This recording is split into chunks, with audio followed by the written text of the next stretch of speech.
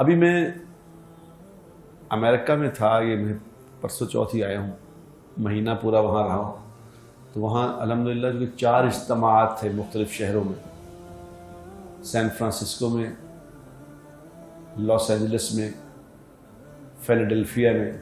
تو فیلاڈیلفیا کے بعد واشنگٹن ڈی سی، تو واشنگٹن میں رہا 3-4 دن.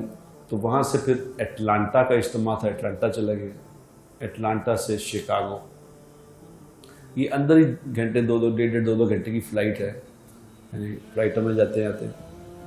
تو وہاں کیونکہ آخری شکاگو میں اجتماع تھا، تو شکاگو سے میں جب آنے لگا تو مولانا احمد لاٹ صاحب ہمارے ایک بزرگ ہیں، مولانا احمد لاٹ صاحب، جن کا تبلیغ سے کوئی تعلق نہیں ہے، وہ شاید نہیں جانتے ہوں گے کہ تبلیغ میں وہ وہاں مشہوری کا چکر نہیں ہوتا کہ لوگ مشہور ہو رہے ہوں.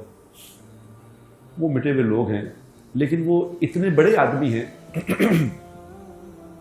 کہ دنیا میں میرے خیال ان کا کروڑوں فالوور ہوگا، لاکھوں نہیں کروڑوں.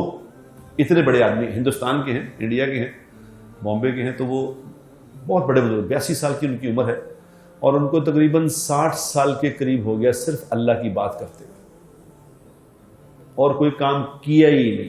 قرآن، حدیث، اللہ، رسول، قبر، حشر، آخرت، پوری دنیا میں یہ بات کر. اور 82 سال عمر ہو گئی. اب 82 سال تھے جنہوں نے دنیا کا کوئی کام نہیں کیا سوائے اللہ کے. اب میں جب وہ تھوڑا آرام کر رہے تھے، میری فلائٹ تھی، آخری چونکہ دن تھا، تو میں ان سے اجازت لینے کے لیے گیا کہ مولانا میں اجازت چاہتا ہوں، میں میری فلائٹ ہے، تو میں شاید حج پہ جانا ہے مجھے، تو میں اس لیے ایک دن جلدی آ گیا. میں جلدی جا رہا ہوں، تو لیٹے آرام کر رہے تھے. تو ایک دم میں جب گیا تو مجھے اٹھ کے بیٹھ گیا کہ تم جا رہے ہو؟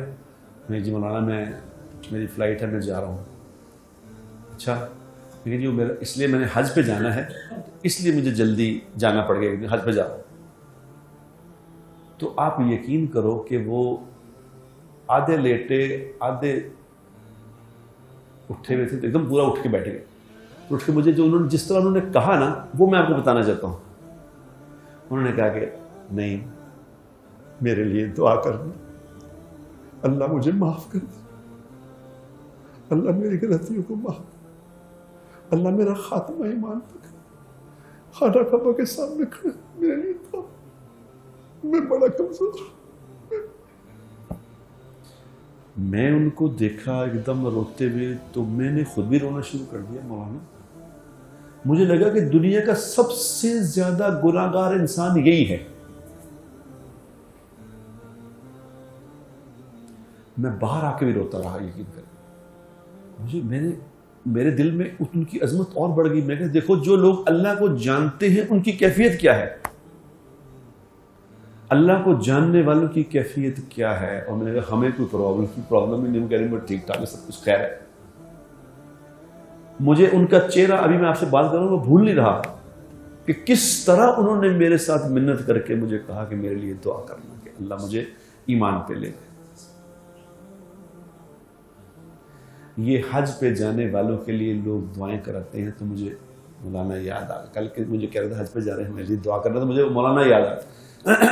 ورنہ ہم لوگ کہتے ہیں اچھا آپ جا رہے ہیں جی، مدینہ منورہ جا رہے ہیں، ہمارے بھی دعا کرنا یار. بس ٹھیک ہے، تھینک یو.